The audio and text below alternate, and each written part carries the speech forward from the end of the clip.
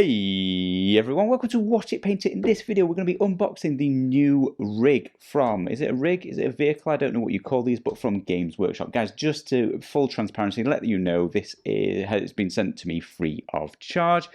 If I say it's the best thing I've ever unboxed, bear in mind that I didn't pay for this, and that might be why. Now, let's get on with having a look at this, guys.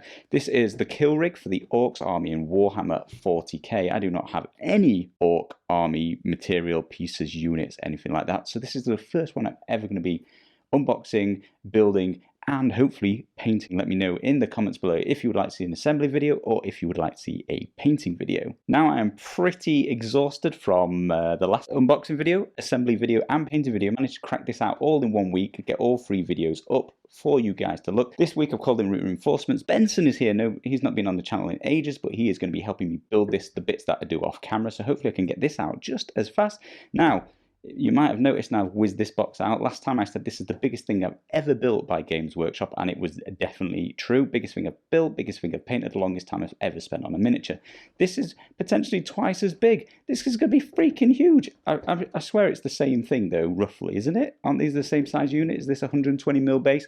Let's find out. Right, quick glance at the box. As I said, this is the Orcs kill rig. On the back you've got choices by the look of it. Optional assembly. You have either the hunter rig or the kill rig, and it looks like you get the Werboy, I think was his name. Benson did explain it to me. He is a HQ, I think was the term. Look at me knowing some Games Workshop-y stuff. Or you get the kill rig as well. Oh, I think he actually goes on the kill rig, whereas the hunter rig gets this massive grappling device. I don't even know what that is, but it looks pretty cool. Now, it's the same things on the bottom. You're going to need nippers because you need to assemble this. You're going to need paintbrushes because you're going to need to paint this. And then you're going to need some dice because these guys like to fire dice, I think, from all of these guns. Daka. So as I mentioned, there is artwork on here, and I happen to really dislike this. I mean, don't get me wrong, this is fantastically painted, a great example, but I'm just not down with doing white armor. I think I'm going to have to change this up, which is not like me. I like to stick to the reference material, so I'm going to have some sort of crisis working out exactly how to paint that. So do let me know in the comments below, can I change the colour of this beast? What would you recommend? And can I change this white armour? Again, what would you recommend? Let's crack this open. So the cellophane is removed, and how do we get in here? Flimsy, cheapy plastic paper. I'm still annoyed that you just have to throw these boxes away. I want to fold down the miniature afterwards. Whoa, there's a huge book in this one.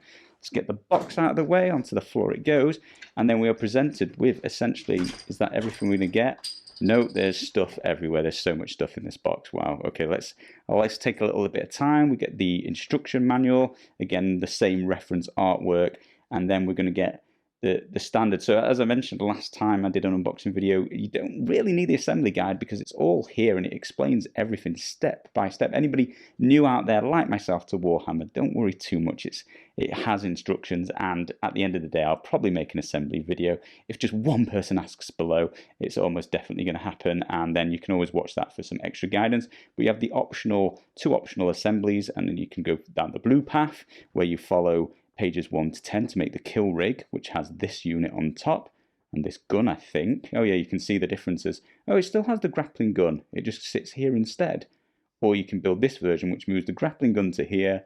Oh, it moves him to there. So is he on both? He either stands up here on this stand or he stands on the front over here. So I'm not really sure what the difference is. We'll look at the data sheet at the back. Look at, I'm becoming familiar with where stuff is in these setups. So you've got an explanation of the symbols, we've got special instructions, please read.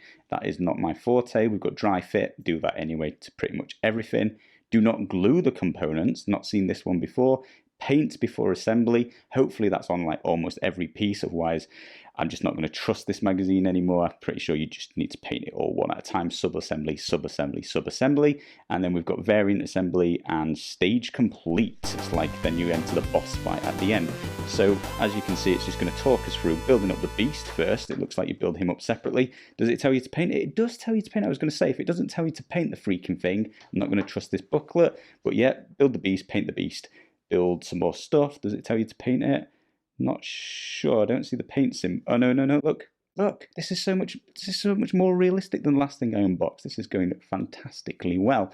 So yeah, basically build the chassis and paint that, and then connect it all together, glue it to the base. So I think by the look of it, at this point, it's all painted, which is a good way about going about it. It's going to make very, very difficult videos to make because I'm going to have to assemble a bit, then go away for hours and hours and hours and paint it, and then come back and assemble a bit. So those videos will be all over the place. You're welcome. And then it's just going to talk you through it. As I mentioned, it shows you, and as I found out eventually halfway through the last build and paint extravaganza, that the yellow is actually telling you where to put the glue. So it's I feel like this book shows you everything. It's better than the first ones ever. And I'm sure this one's telling us to do more sub-assembly paint jobs. So I think this is better than the last miniature I built. So more explanation here, loads and loads of stuff. And as I mentioned, whoa, look at this. Some top-down view of all the bits. This goes crazy. Look at this. There's so much information. It's going to explain all the stickers that we get to put on. I've not had any stickers before, other than what Benson's given me in the past. I've never had a box that's come with them, so I need to work out why and where you might put those. And then, where's the data sheet? This is the data sheet, isn't it? Here we go. So I'll just hold this up so you guys can take that in if you need to or want to. I'm going to have to go and look off camera and ask Benson what any of it means and work out which one I want to build. But essentially, here's the kill rig and all its weapons. And then here's the hunter rig and its stats and all of its weapons. Warboy, there he is. As I said, I've been learning, so that he's got his own stats as well. So 2 choices to build. In fact, if this video is going to be up in the morning, let me know in the comments below which you would build and why you would build it, because it doesn't mean very much to me, but drop us some hints and tips and guidance. So I knocked this base. This must be Warboy's base. What's that? Is that 32 mil? Yeah. Oh, hang on, I've got a thing here. Yeah, it's just bigger than 1 square. It's a 1 square bigger base. Then you've got some sprues with all the pieces. Standard Games Workshop, isn't it? They're going to be, look at that little guy stuck inside the chute. I don't know what that is. But yeah, plenty of nice looking plastic. I don't know if holding this up helps. Look how big he is. That is a big beastie. What is that? Some sort of slug pig? Yeah, I think he's a slug pig. Nice looking wheels for the contraptions they're driving, platform for the rockets to stand on or Warboy to stand on, and then just more and more sprue. Look at those steel cables, they look so thin. Oh, they're so flexible until I break them painting them, but looks good so far. Yeah, that's fantastic.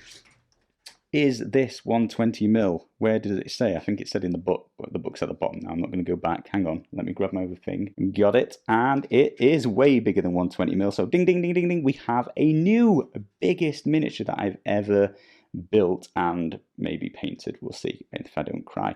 And then the last thing in the box is the stickers. Look at these. All the, what is this clan? Just orcs? I'm used to saying Aurochs from AOS, but yeah, just the orcs, all different insignias. So I get to pick.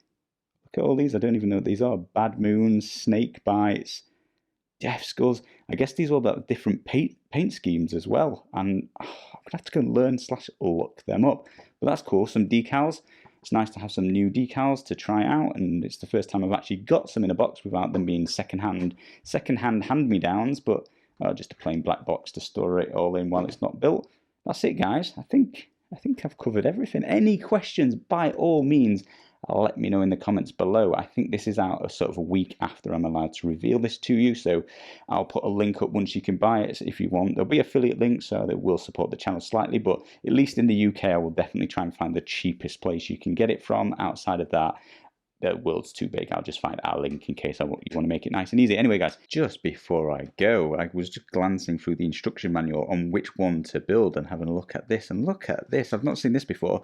It's basically taken everything I moaned about in the last one. First of all, it explains how to build every single bit in a sub-assembly and pretty much paint it before you glue it together. But these bits that it was saying not to glue and special instructions, by the look of it, and correct me if I'm wrong, but it looks like you pick where to put the base for the guns, so you get a choice of any of these, and you put this one. Maybe there's some choices, maybe just glue this in an area here, but nevertheless it tells you not to glue on the stand for the Warboy, whatever his name is, and not to glue on the guns. That means you're going to be able to move these around. I'm not going to need to magnetize this, which I was seriously considering doing, so I could have both, but you could just be able to switch the guns in and out. They must click in and out of this miniature. And again, look, special instructions. I need to decipher exactly what that means, but it looks like maybe you can choose any position along there to put that. And then, yeah, don't glue that gun in, don't glue that gun in. So basically, don't glue any of the guns, and you're going to have interchangeable guns in different configurations, but essentially be able to build both types of this rig. I was just super excited to read that and just wanted to let you know before you go off and do whatever exciting things you've got planned for the weekend. Thank you all ever so much for watching. Let me know some stuff in the comments below, and I will see you again soon.